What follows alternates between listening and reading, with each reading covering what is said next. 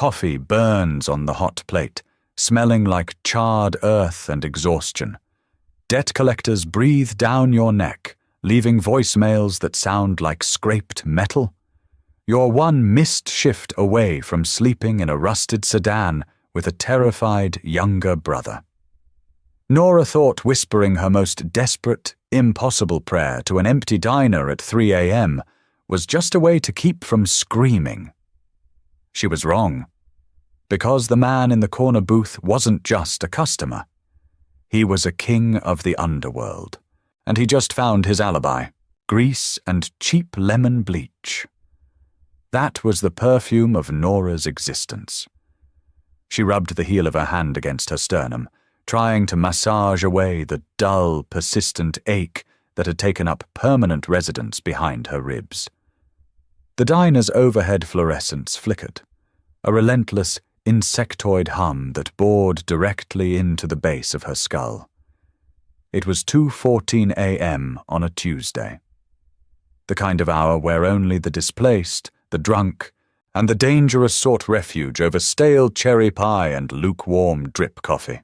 Nora shoved a damp rag across the cracked formica of the counter, collecting sugar granules and a smeared puddle of ketchup. Her fingernails were bitten down to the quick, the cuticles frayed and bleeding slightly from the dry winter air. She didn't feel the sting. She hadn't felt much of anything besides panic for the last 3 weeks. Her phone vibrated in the pocket of her mustard-yellow apron. The heavy canvas weighed down on her neck. Pulling the cracked screen free, she stared at the caller ID. Arthur Penhaligon, attorney at law. Bile rose in the back of her throat, tasting like the antacids she chewed for dinner. She ducked behind the pie display case, pressing her back against the humming refrigerator compressor. The vibrations seeped through her cheap cotton shirt. "Mr. Penhaligon," she answered, her voice coming out as a dry rasp. She cleared her throat. "Tell me you got an extension." "Nora." The lawyer's voice was thin, reedy, utterly devoid of sympathy. It was the voice of a man checking a box on a Tuesday night before pouring his scotch. "There are no more extensions. The terms of your grandfather's trust were ironclad. I warned you about this 6 months ago." "I know what you warned me about." Nora snapped, squeezing her eyes shut. The red glow of the neon open sign bled through her eyelids. "But the bank gave me until the end of the month. The bank reviewed the deed today. Your 25th birthday is Thursday. The stipulation clearly states you must be legally wed by your 25th birthday to claim the estate and the attached accounts. If you are not, the assets default to the secondary beneficiary, your uncle, and your uncle has already signed the paperwork to liquidate the house to cover his gambling debts." A cold sweat broke out across Nora's collarbones. She gripped the edge of the aluminum counter so hard her knuckles popped. "My brother is asleep in the manager's office right now because we can't afford the heating bill at the house, Arthur. Toby is 8. If my uncle sells the house, child services will take him. I just need the trust money to pay off the arrears. Give me a month." "You need a marriage certificate by tomorrow afternoon, Nora, filed and stamped by the county clerk, or the foreclosure initiates Thursday morning." A heavy sigh filtered through the receiver. "I'm sorry, truly. But unless you find a husband by tomorrow, you and your brother are out on the street. Have a good night." The line went dead. Nora didn't throw the phone. She didn't scream. The movies always got desperation wrong. True desperation wasn't loud. It was a suffocating, paralyzing weight. It felt like being trapped under a frozen lake, watching the shadows walk above the ice while your lungs burned. She slid down the front of the refrigerator until her cheap, slip-resistant shoes hit the sticky linoleum. Pulling her knees to her chest, she pressed her face into her apron. It smelled faintly of old meat and vanilla extract. She couldn't breathe. Short, shallow gasps tore at her throat. Her chest hitched violently, an ugly, wet sound clawing its way up her windpipe. She had 24 hours to find a man willing to legally tether himself to a waitress drowning in back taxes, just to save a rotting 2-bedroom house and a little boy with asthma. It was a joke, a sick, cosmic joke. Nora shoved the heels of her palms into her eye sockets until sparks burst in her vision. She forced her lungs to expand, swallowing down the copper taste of fear. Crying wouldn't pay the rent. Crying wouldn't keep Toby out of foster care. She grabbed the edge of the counter and hauled herself upright. Her knees popped in the quiet diner. Grabbing the coffee pot, she stepped out from behind the display case. There was only one customer left in the building. Booth 4, deep in the back shadows, where the overhead light had burned out 3 weeks ago, and the manager refused to replace the bulb. He had been sitting there for 2 hours. He hadn't touched his black coffee. Nora didn't know his name, but she knew his type. The heavy, dark wool of his tailored overcoat was draped immaculately over the cracked vinyl of the booth. Underneath, a charcoal suit that probably cost more than her grandfather's entire estate. He sat with a stillness that made the hair on Nora's arms stand up. Predators didn't fidget. They waited. She walked over, the rubber soles of her shoes squeaking faintly. "Warm up?" she asked, her voice entirely flat. She didn't have the energy to fake the customer service smile. Not tonight. The man slowly lifted his head. His eyes were a startling, washed-out grey, like the sky right before a blizzard. They locked onto hers with a heavy, physical weight. He didn't look at her like a man looking at a waitress. He looked at her the way an architect looks at a load-bearing wall, calculating exactly how much pressure it could take before it cracked. "No," he said. His voice was a low rumble, rough around the edges, entirely devoid of warmth. It smelled faintly of ozone, peppermint, and something distinctly metallic. Gun oil. "You look like you're going to pass out." Nora stiffened, clutching the glass handle of the coffee pot like a weapon. "I'm fine. Do you want the check?" "I heard your phone call." The words were spoken softly, but they hit Nora like a physical blow. The diner was small, the acoustics terrible, but she hadn't realized her voice had carried. Heat flushed her cheeks, a jagged spike of humiliation piercing through her numbness. "That's none of your business," she snapped, her chin tilting up defensively. She reached for the small green checkbook in her apron. "Your total is $3.50. You can pay at the register." She spun on her heel, desperate to escape those flat, analyzing eyes. But her shoe caught the edge of a ripped floor mat. Her ankle twisted sharply. The world tilted. The glass coffee pot slipped from her sweaty grip. It hit the linoleum and shattered with a violent, deafening crash. Boiling dark liquid exploded outward, splashing across her shins, burning through her thin jeans. Nora dropped to her knees amidst the steaming puddle and jagged glass shards. The dam broke. It wasn't a graceful breakdown. Snot ran from her nose. A harsh, ugly sob ripped out of her throat, echoing in the empty diner. She grabbed a handful of napkins from a nearby table and slammed them blindly into the coffee puddle, slicing her thumb on a piece of glass. Dark crimson welled up, mixing with the brown liquid. "Damn it!" she choked out, her voice cracking, completely ignoring the blood. "Damn it all!" She scrubbed at her face with the back of her dirty, bloody hand, smearing coffee and tears across her cheeks. The exhaustion was a physical, crushing weight, pinning her to the floor. "I can't do this," she whispered to the empty air, her shoulders shaking with violent, jerky tremors. "I can't. I need a husband by tomorrow. I need a miracle. I need a goddamn way out." She waited for the silence to swallow her words. She waited to be alone in her misery. Instead, a shadow fell over her. Expensive Italian leather shoes stopped an inch from the broken glass. A crisp, white linen handkerchief was thrust into her peripheral vision. Nora looked up, her breathing hitched, tears blurring the harsh angles of the man's face. "You need a husband," the man from booth 4 said, his voice entirely conversational, as if they were discussing the weather. "And I need a wife. Get up." Nora stared at the pristine white square of fabric dangling from the man's large, calloused hand. A drop of blood from her thumb fell onto the linoleum, a bright red dot against the spilled coffee.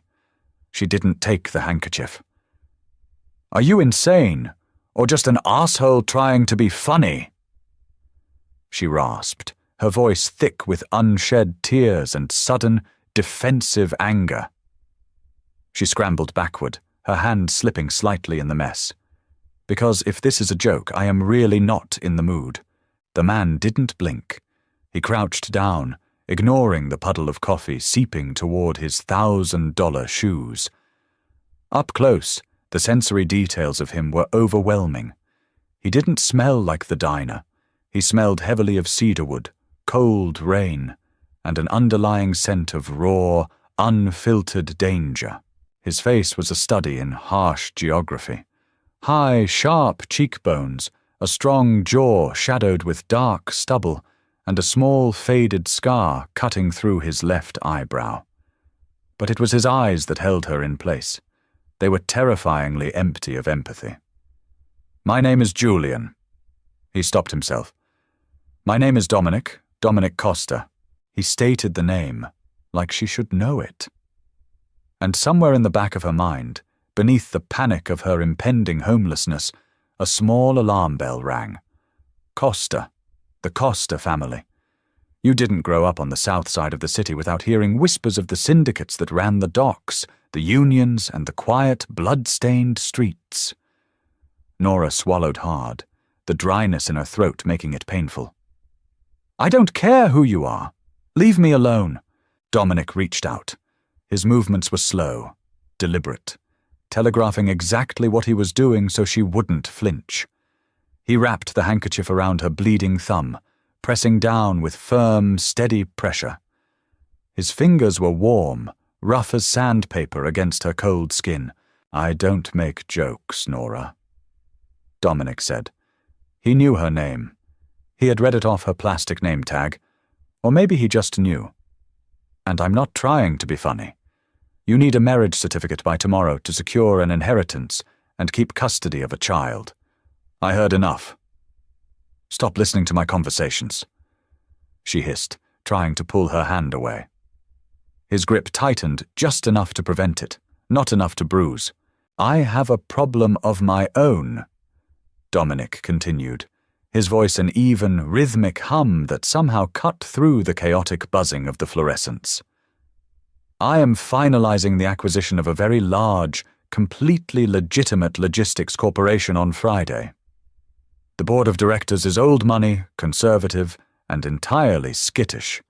They don't like my reputation. They view me as a liability, a wild card." He released her hand, leaving the handkerchief wrapped around her thumb. He stood up, towering over her, buttoning the center button of his suit jacket.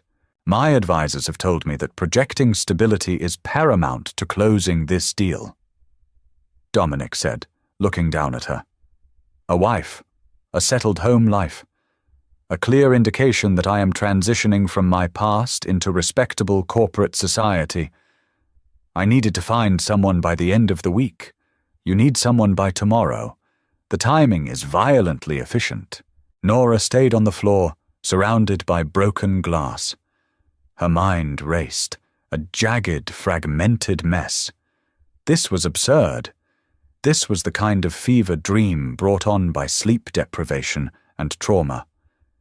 "You want me to marry you," she said flatly. "A mob boss, for optics. I am a businessman," Dominic corrected, though the deadpan delivery didn't erase the lethal edge in his tone. "And yes, I require a legally binding piece of paper, a few public appearances, and absolute discretion. In exchange, I will ensure your grandfather's trust is unlocked."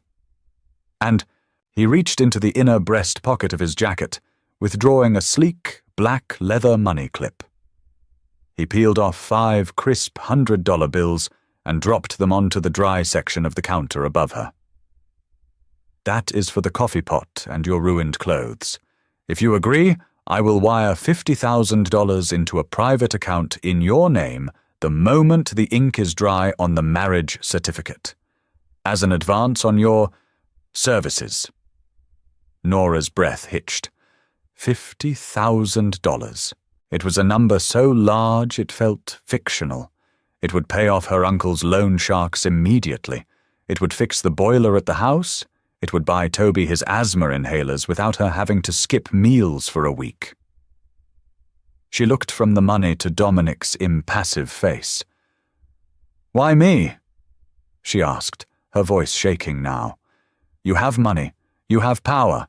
You could find some gorgeous model, some socialite to play pretend."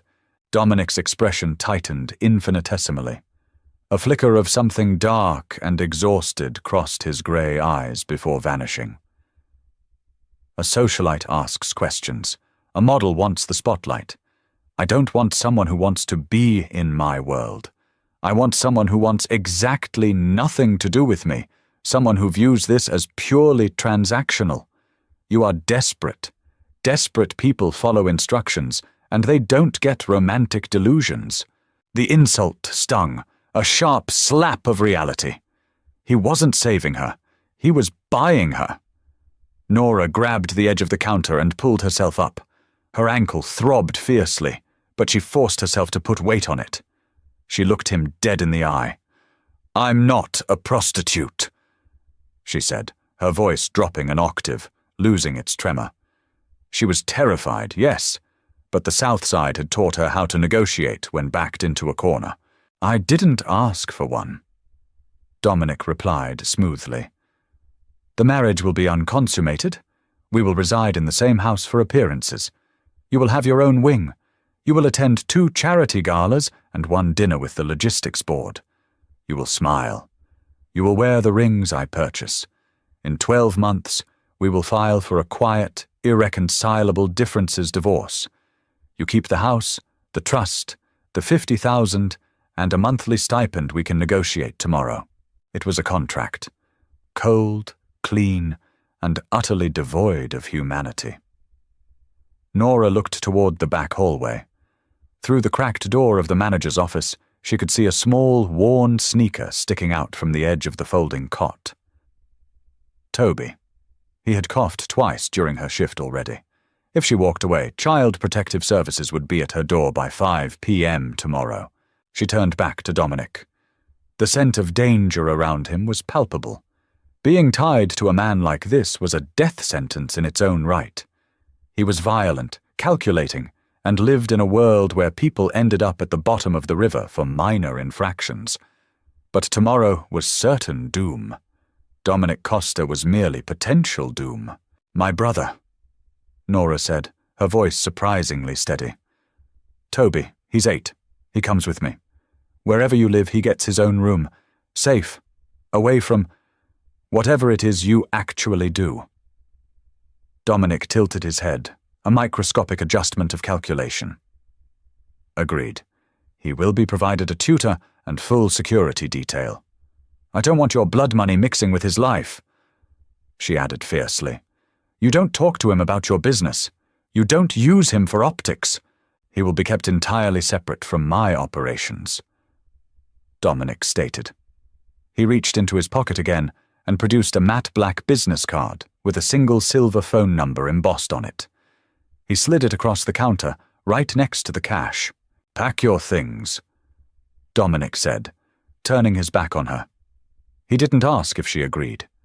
He already knew. The trap was perfectly designed.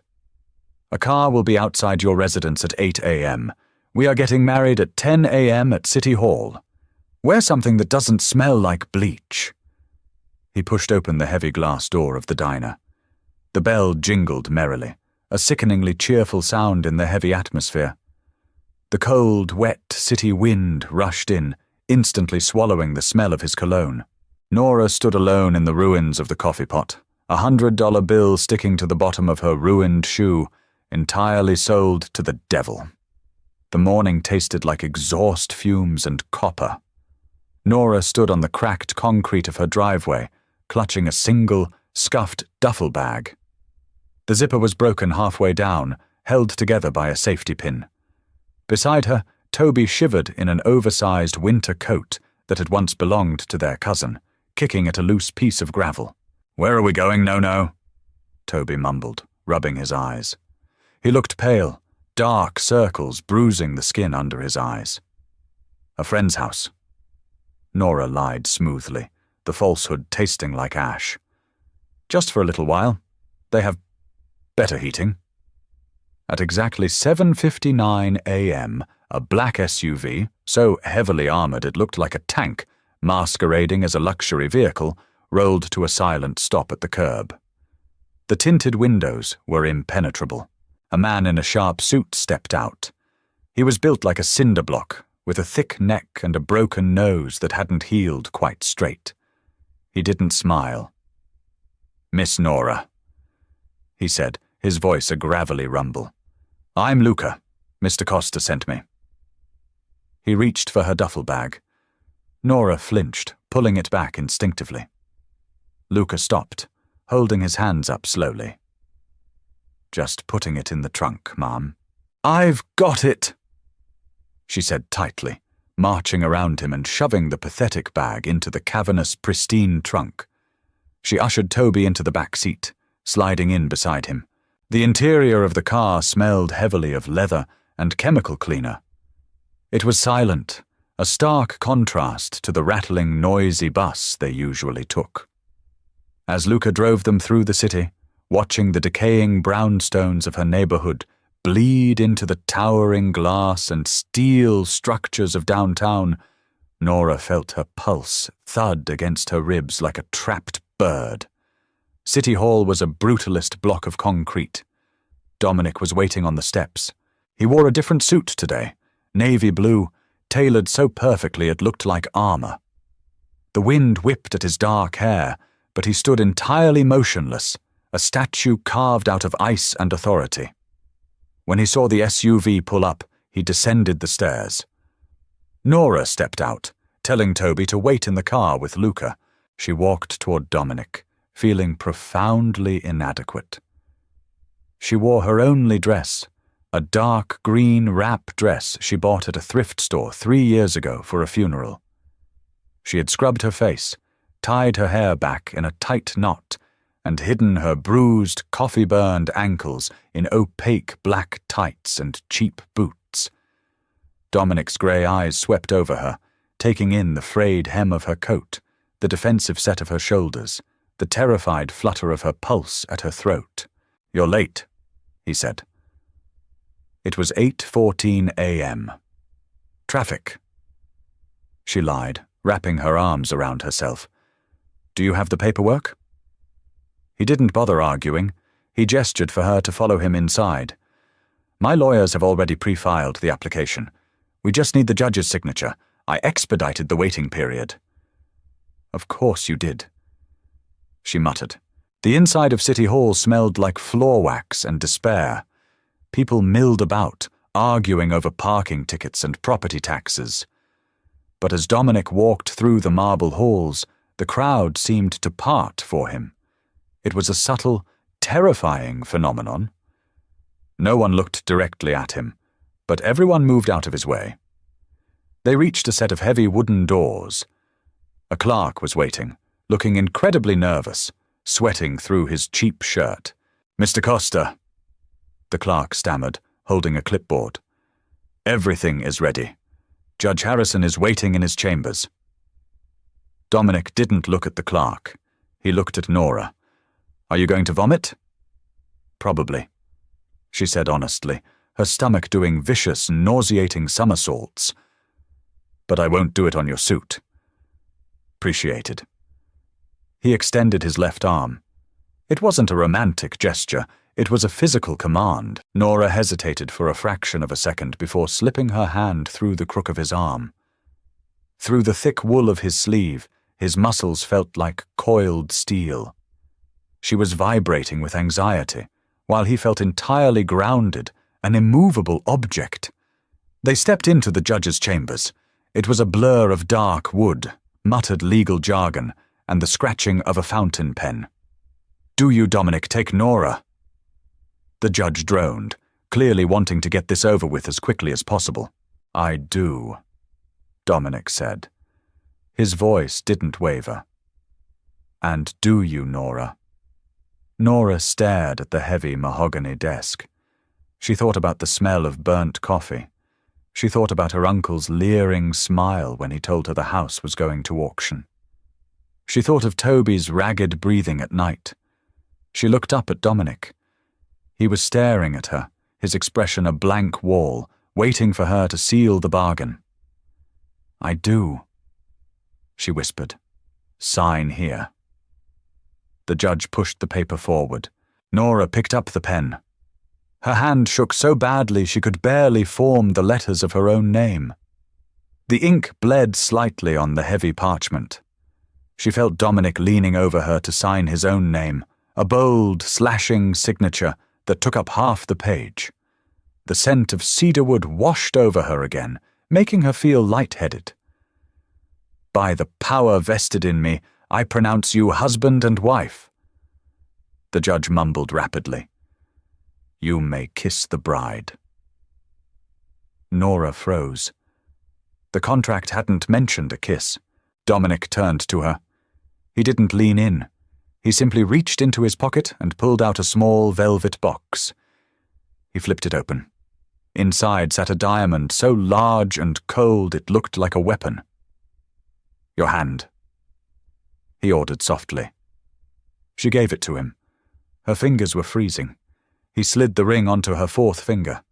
It was heavy, weighing her hand down. "We skip the kiss," Dominic told the judge, not breaking eye contact with Nora. "We have a schedule to keep." He turned and walked towards the door. Nora stood there for a second, looking at the blinding stone on her finger. She had done it. She was married to the devil. And the hardest part hadn't even begun. Gravel crunched under the heavy tires of the SUV, a rhythmic, bone-rattling sound that vibrated through the floorboards. Nora pressed her forehead against the chilled, tinted glass. The sprawling, decaying grid of the city had given way to high stone walls and wrought-iron gates that opened silently at their approach. Dominic's estate wasn't a house. It was a fortress masquerading as a modern architectural marvel. Slabs of dark slate and floor-to-ceiling glass clung to the edge of a wooded cliff. It looked cold. It looked impenetrable. Toby's breath fogged the window beside her. "Do kings live here?" he whispered, his small fingers tracing the condensation. "Just businessmen, bud," Nora murmured, her chest tight. She rubbed the back of his neck, feeling the knobby ridge of his spine through the thin coat. Luca pulled the SUV into a circular driveway paved with crushed, dark stone. Before the engine even cut completely, the heavy oak front door swung open. A woman with grey hair pulled into a severe, perfect bun stood on the threshold, her hands clasped in front of a charcoal uniform. Dominic didn't wait for Luca to open his door. He stepped out, buttoning his suit jacket in one fluid motion. He didn't look back to see if Nora and Toby were following. He expected it. Nora shoved the heavy door open, hauling Toby out by his hand. The air up here smelled different. Pine needles, wet earth, and an unsettling lack of car exhaust. Luca retrieved their pathetic, broken duffel bag from the trunk. Holding it against his massive frame, the bag looked even more like a piece of garbage. "Mrs. Costa," the housekeeper said as Nora approached the steps. The title felt like a slap. "I am Beatrice, the house manager." "Nora," she corrected automatically, her voice raspy. "Just Nora." Beatrice's eyes flicked to Dominic, who was already halfway across the cavernous foyer, shedding his overcoat. He didn't stop, but his voice echoed off the 30-foot ceiling. "Her name is Nora. Show her to the east wing. Have the kitchen prepare whatever the boy wants. I will be in my study until 6. He disappeared down a long hallway panelled in dark walnut. The heavy thud of a solid door closing sealed him away. Nora stood in the centre of the foyer. Her cheap boots squeaked against the polished marble floor. The sheer scale of the space was suffocating. There were no photographs, no clutter, just expensive, angular furniture and the faint, sterile smell of lemon oil and cold air conditioning. "If you'll follow me, Ma'am," Beatrice said, turning on her sensible heel. They walked in silence. Toby clung to Nora's leg, his eyes wide, taking in the abstract paintings and the towering windows that overlooked a jagged coastline. They passed through a glass-walled corridor and into a separate wing of the house. Beatrice pushed open a double set of doors. "Your rooms. The boys' room connects through the dressing area. Luca will place your luggage inside." Nora stepped in. It was a suite the size of her entire South Side apartment. A king-sized bed dominated the space, covered in stark white linens. The carpet was thick enough to swallow her boots. Through an open archway, she saw a bathroom clad in dark grey stone, complete with a soaking tub that could fit 3 people. "There are fresh clothes in the closet." Beatrice continued smoothly, devoid of any warmth or judgment. "Mr. Costa had a wardrobe brought in this morning based on your approximate measurements. Dinner is served at 8. If you require anything else, pick up the house phone and press 0. Beatrice left, pulling the heavy doors shut with a soft, final click. Nora let go of Toby's hand. She walked over to the edge of the bed and sat down. The mattress didn't even creak. She reached into her coat pocket and pulled out her phone. She opened her banking app. Available balance, $50,012.43. Her lungs seized. She stared at the glowing green numbers until they blurred. She had done it. The loan sharks were paid off mentally. The house was saved. The trust was secure. She had sold her name, her freedom, and her safety to a man whose eyes looked like a frozen lake. All for a string of digital numbers. "No, no." Toby's small voice broke through the ringing in her ears. He was standing by the massive window, looking out at the ocean. "Are we allowed to touch things?" Nora swallowed the giant lump of terror lodged in her throat. She stood up, forcing her shoulders to relax, forcing the fake, brave smile onto her face that she had perfected over the last 3 years. "Yeah, Bug," she said, walking over and ruffling his hair. "We can touch whatever we want. Come on, let's go see if they have macaroni and cheese in that giant kitchen." She had $50,000, and a diamond on her finger so heavy it felt like a shackle. Silk felt wrong against skin that was used to coarse cotton and grease burns. Nora stood perfectly still in the center of her new dressing room.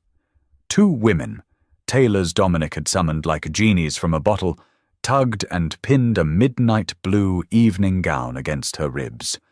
The fabric poured over her hips like liquid glass, the neckline plunging in a sharp V, the back completely exposed to the chilled air of the estate. "Breathe in, please," the older tailor muttered around a mouth full of silver pins. Nora obeyed, her ribs expanding against the unforgiving bodice. She stared at her reflection in the floor-to-ceiling mirror. She didn't recognize the woman looking back. Her hair, usually a frizzy, chaotic mess jammed into a hairnet, had been blown out into sleek, dark waves that cascaded over her bare shoulders. A makeup artist had spent an hour erasing the exhaustion from her face, painting her lips a deep, bruised plum. She looked expensive. She looked like a lie. "Perfect," the tailor said, stepping back. "Mr. Costa has exquisite taste." Nora's stomach twisted. He hadn't asked what she liked. He had simply ordered a weapon for his arsenal, and she was currently wearing it. The door to the dressing room clicked open. Dominic stood in the frame. He wore a tuxedo. It wasn't the rented, stiff kind Nora had seen at high school proms.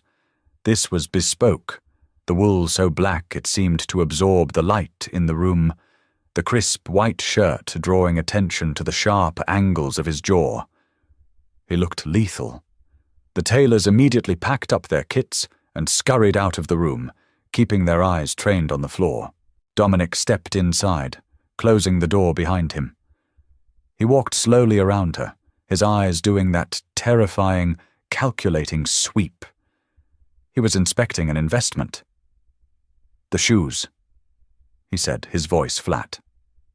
Nora shifted her weight, the stiletto heels biting into her battered feet. "They pinch. You will only need to stand for 2 hours," Dominic replied, stepping into her personal space. The smell of cedar and gun oil washed over her, making her heart rate spike.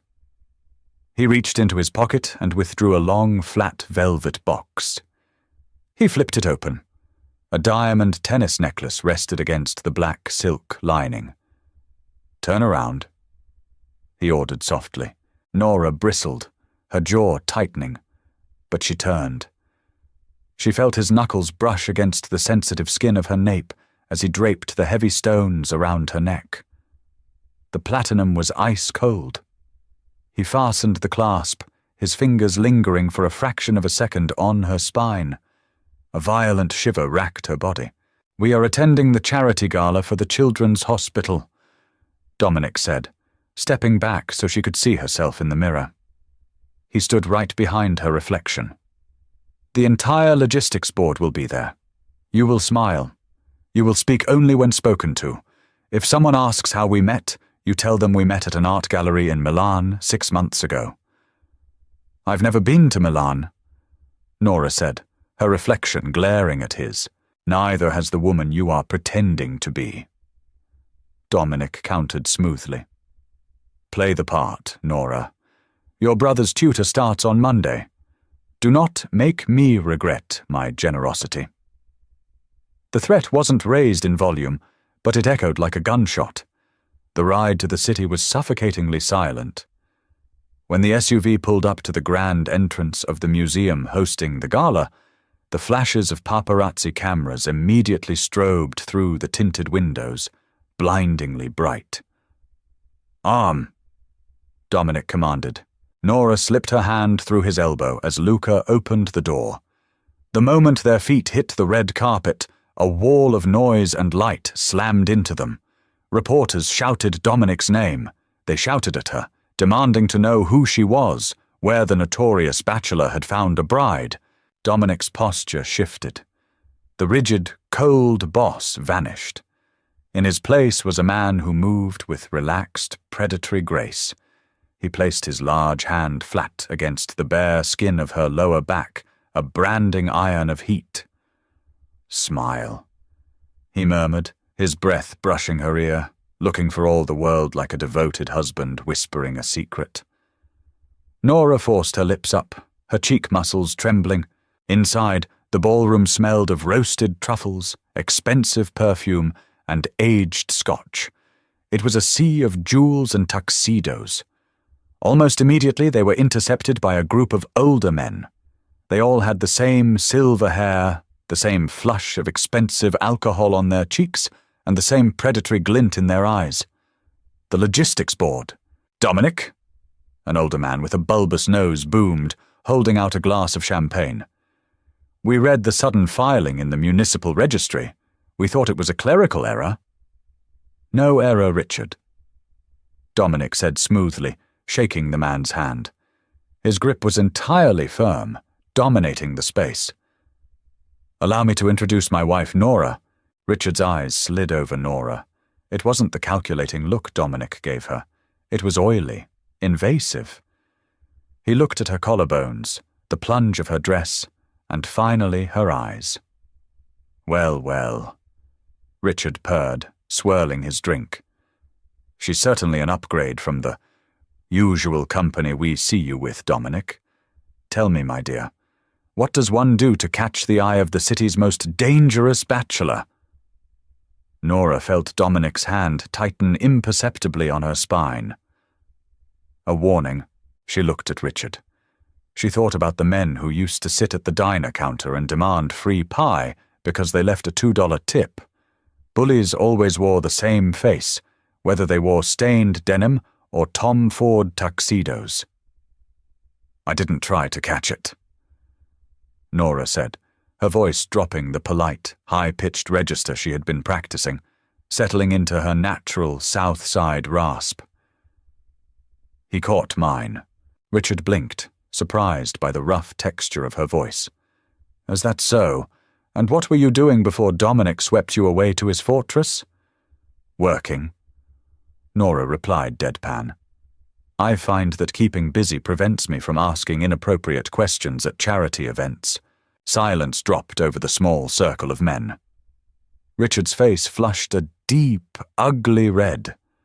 For a split second, Nora was terrified she had just ruined the $50 million merger. She braced herself for Dominic to drag her away by her wrist.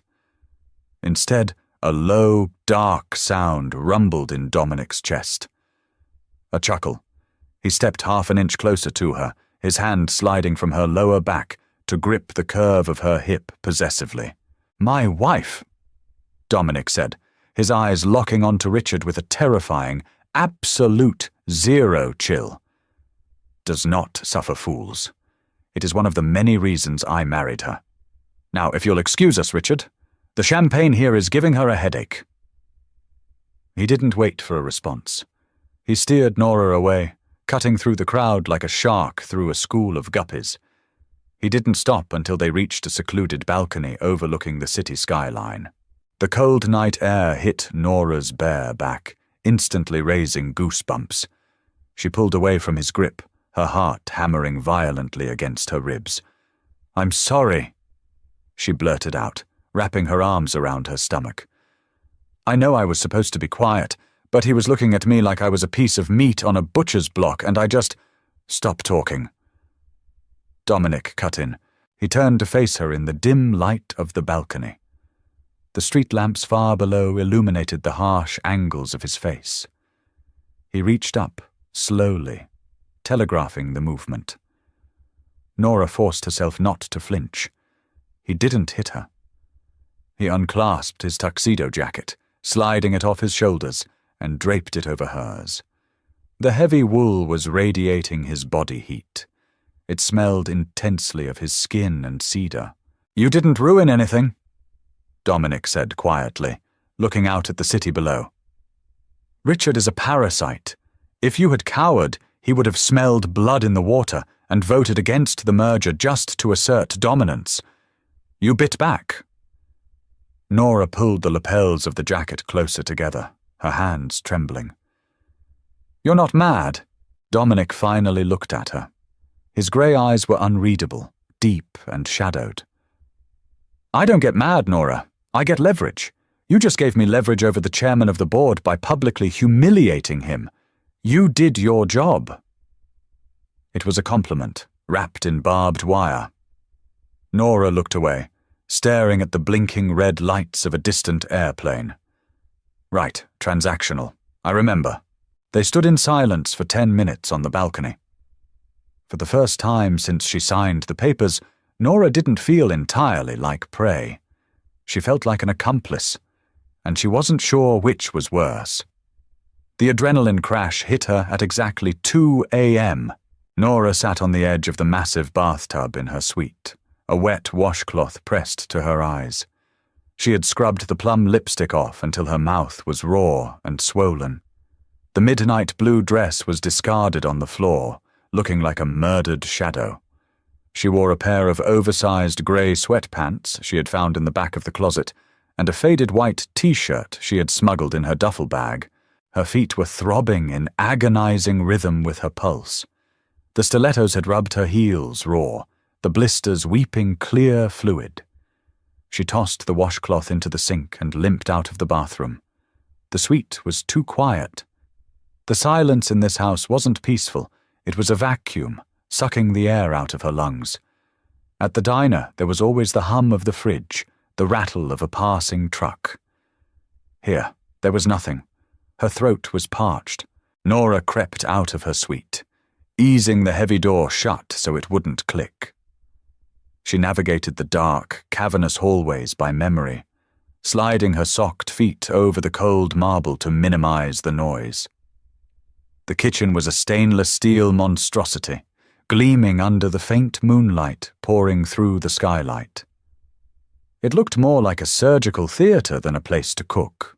She found a glass in a cupboard and turned on the tap, wincing as the water hit the metal basin with a sharp hiss. She drank greedily, the cold water soothing her dry throat. "You're limping." Nora dropped the glass. It hit the stainless steel sink, miraculously not shattering, but creating a deafening clatter. She spun around, her heart launching itself into her throat. Dominic was sitting at the massive granite island in the dark. He had discarded the tuxedo jacket and the bow tie. The top 3 buttons of his crisp white shirt were undone, the sleeves rolled up past his elbows. In the pale moonlight, Nora could see the jagged, pale lines of old scars crisscrossing his thick forearms. A glass of amber liquid sat untouched in front of him. "Do you make a habit of creeping around in the dark to give people heart attacks?" Nora gasped, clutching her chest. Dominic didn't move. "This is my house. I don't creep. I was sitting here when you walked in." Nora leaned against the sink, trying to regulate her breathing. "Right, sorry, I just needed water." "Your ankle," Dominic said, his gaze dropping to her feet. "It was injured before the shoes." It wasn't a question. He had noticed her slight hesitation on the stairs at the gala. "I twisted it," Nora muttered, defensive. "When I dropped the coffee pot, at the diner, it's fine." Dominic stood up. He moved silently for a man of his size. He walked to a sleek, hidden cabinet built into the wall, opened it, and pulled out a white plastic first aid kit. He brought it over to the island and set it down.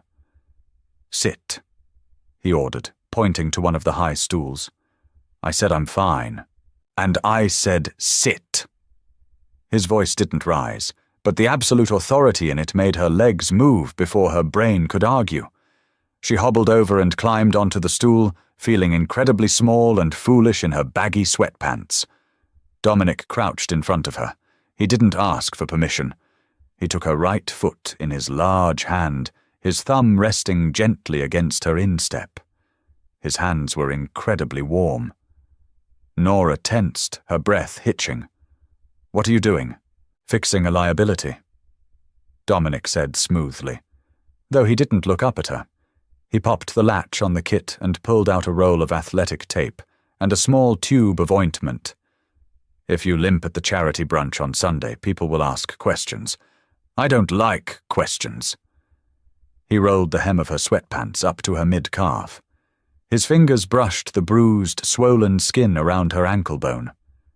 He was surprisingly gentle, probing the joint with expert precision. "Not broken," he murmured. "Sprained." He opened the ointment and dabbed it onto the raw blisters on her heel from the stilettos, before smoothly wrapping her ankle in a tight, supportive figure 8 of white tape. Nora stared down at the top of his dark head. She could see the faint exhaustion pulling at the corners of his eyes, the tight clench of his jaw. He was a man who ordered people ruined before breakfast, yet he was currently kneeling on a cold kitchen floor, taping up a waitress's ankle. The contradiction made her head spin. "Why do you need this?" Nora asked softly, the silence of the room pulling the truth out of her. "The logistics company, the merger. You have more money than God. You run this city. Why pretend to be a corporate suit?" Dominic finished taping her ankle. He secured the end, his hand lingering for a moment on her calf. He didn't pull away immediately, because power based on fear has an expiration date, Dominic said, his voice a low, gravelly rumble in the quiet kitchen. He looked up, his grey eyes locking onto hers. The emptiness she had seen in the diner was gone, replaced by a cold, calculating fire. There is always someone younger, hungrier, and more violent waiting to take your place. You survive by evolving, by building walls made of legitimate paper and corporate lawyers instead of bullets and blood. He stood up, towering over her again. He picked up the first aid kit and snapped it shut. "I am securing a future," Dominic added, walking back to the cabinet. "One that cannot be bled out on a sidewalk." Nora looked at her taped ankle.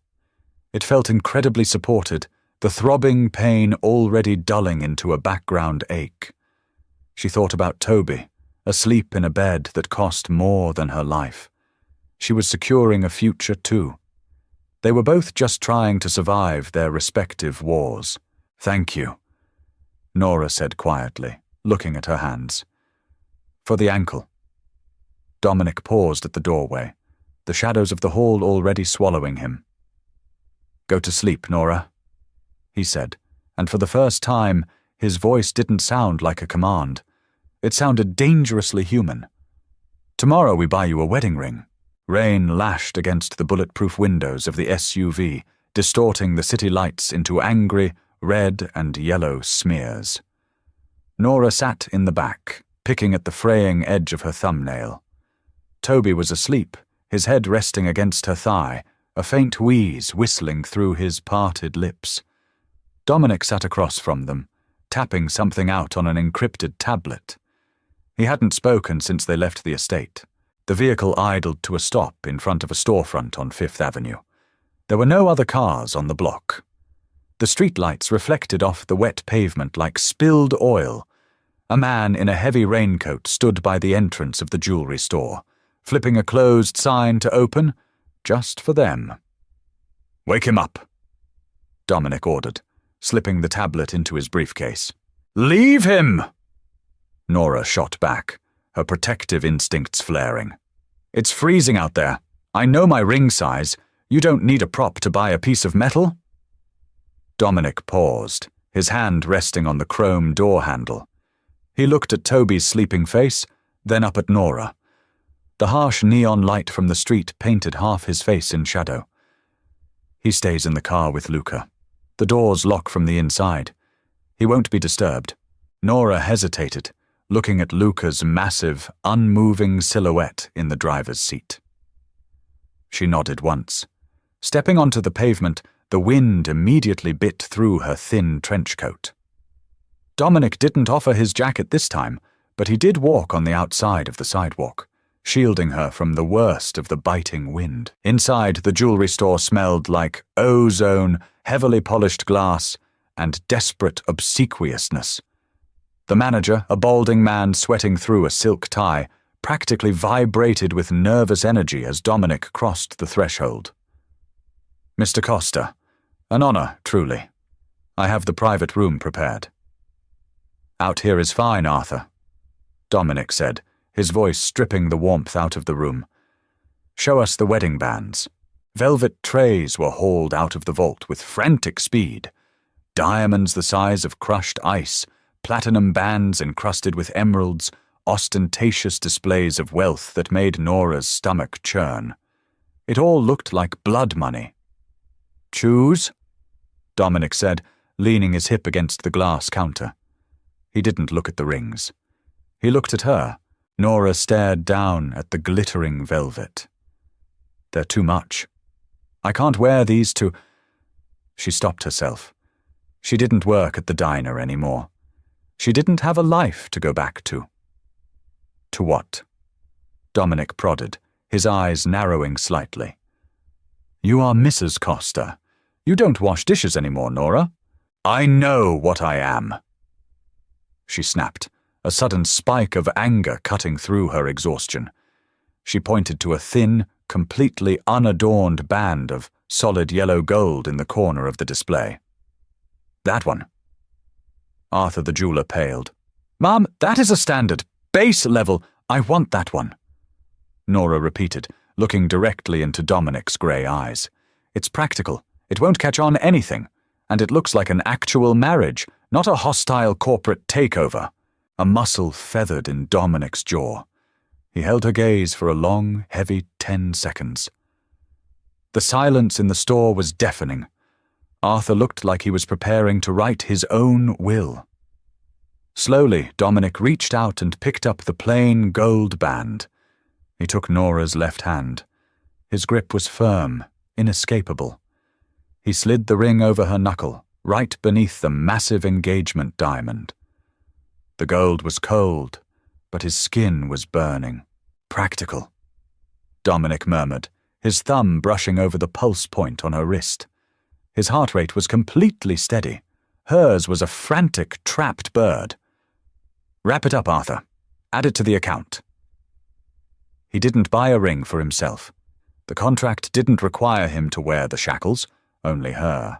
As they walked back to the SUV, the rain turning into a sleety mix, Nora rubbed her thumb against the smooth gold. It was light. It felt entirely insignificant compared to the diamond above it.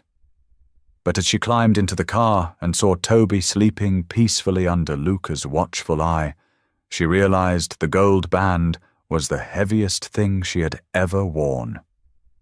It was the price of her brother's life. 3 days before the logistics merger was set to close, the illusion shattered. Nora was in the sunroom, attempting to read a thick hardcover novel she'd pulled from the library, though she hadn't turned a page in 20 minutes. Toby was on the carpet, building a sprawling, chaotic city out of expensive wooden blocks Beatrice had procured. A sharp, violent crack echoed through the glass walls. Nora flinched, the book dropping from her lap.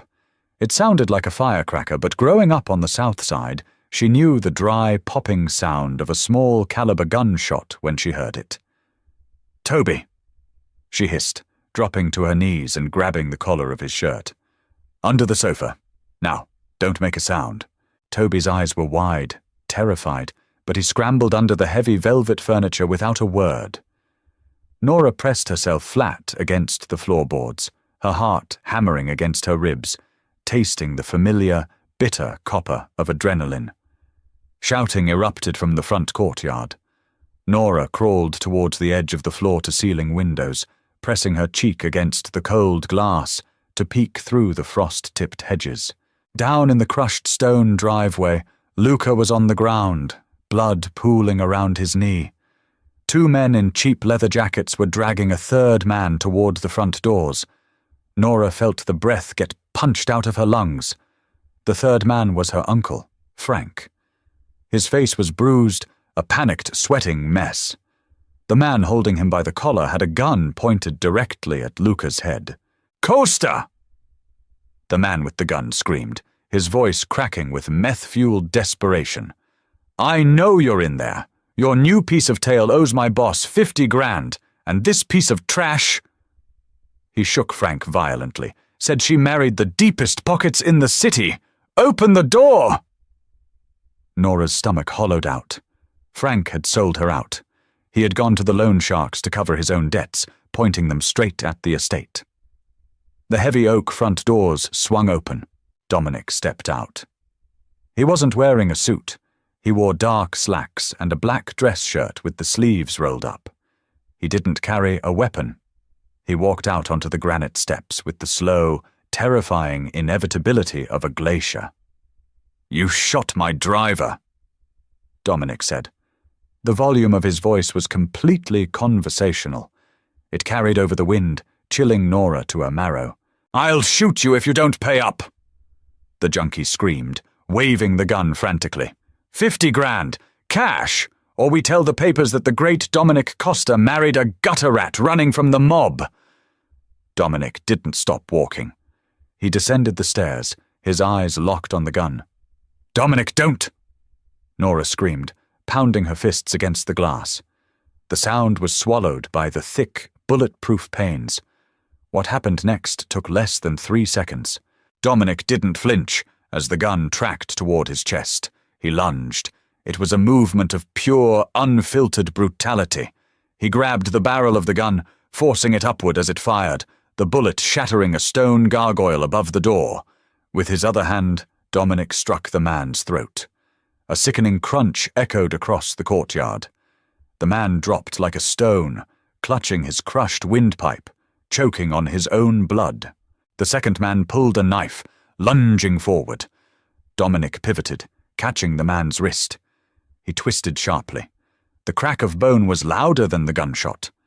The man screamed, dropping the blade, and Dominic followed through with a brutal driving kick to the man's knee, shattering the joint. Frank fell to his knees in the gravel, sobbing, raising his hands in surrender. Dominic stood amongst the groaning bodies, entirely unscathed. He looked down at Frank, his face a mask of absolute, terrifying apathy. He pulled a cell phone from his pocket and pressed a single button. "Clean this up." Dominic ordered the receiver. "Take the uncle to the docks. Put him on a freighter to Manila. If he ever sets foot in this hemisphere again, drown him." Nora scrambled back from the window, pressing her hands over her mouth to muffle a sob. She was shaking violently. She had known he was a monster. She had known what he did. But seeing it, seeing the casual, effortless destruction of human life, shattered the polite, corporate illusion they had been living in. The sunroom doors swung open. Dominic stood in the threshold. He had a smear of blood across his cheekbone. He looked at Nora curled on the floor, and then at the small pair of sneakers visible under the sofa. The lethal, cold energy radiating from him hitched for a fraction of a second. "Is the boy hurt?" he asked, his voice low and tight. Nora shook her head, unable to speak, staring at the blood on his knuckles. Dominic closed his eyes for a brief moment. "Luca will take you to the penthouse in the city. You stay there until the police have come and gone. It will be classified as an attempted robbery." He turned to leave, shutting the door on the monster he couldn't hide from her anymore. 10 months later, the logistics merger had gone through flawlessly. Dominic Costa was now the majority shareholder of a completely legitimate empire. The blood was washed from the marble, the loan sharks were quiet, and the media had crowned them the city's most reclusive, powerful couple. Nora stood in the doorway of Dominic's study. The clock on the mantel ticked toward midnight. It was a Tuesday. Exactly 1 year since the diner. Dominic was sitting behind his massive mahogany desk, a glass of scotch untouched at his elbow. He was reading a legal document, his reading glasses making him look older, sharper. He didn't look up as she entered. "The trust funds have been fully transferred to your private account, Nora. Arthur Penhaligon finalized the paperwork this afternoon. You are officially wealthy." Nora stepped onto the Persian rug. She wore a simple grey sweater and worn jeans. The heavy diamond engagement ring was gone, sitting in a velvet box on her dresser upstairs. But the thin gold band was still on her finger. "I know," she said, her voice quiet. "I saw the wire transfer." Dominic finally looked up, taking off his glasses and rubbing the bridge of his nose. He looked exhausted. The transition to corporate life hadn't softened him, but it had drained him. "The divorce papers are in the top drawer," Dominic said, his voice entirely devoid of emotion. It was the same tone he had used in the diner. Transactional, cold, irreconcilable differences. "I will take the public blame. The estate in the Hamptons is yours, as agreed. The security detail for Toby will remain on my payroll indefinitely." He waited. He expected her to take the out. He expected her to run, just like she had wanted to 10 months ago. Nora walked slowly across the room. She stopped in front of his desk, placing her hands flat on the polished wood. "Toby asked me yesterday if you were coming to his soccer game on Saturday," Nora said, her voice shaking slightly, but holding firm. Dominic flinched. It was microscopic, but she saw it. "Tell him I have a board meeting. I told him you'd be there." She countered, her chin tilting up. "Nora!" Dominic warned, a low, dangerous rumble in his chest. "The contract is over. You have your money. You have your safety. Go." "Where?" she asked, dropping the mask entirely. The raw, desperate girl from the South Side bled through. "To a massive empty house in the Hamptons?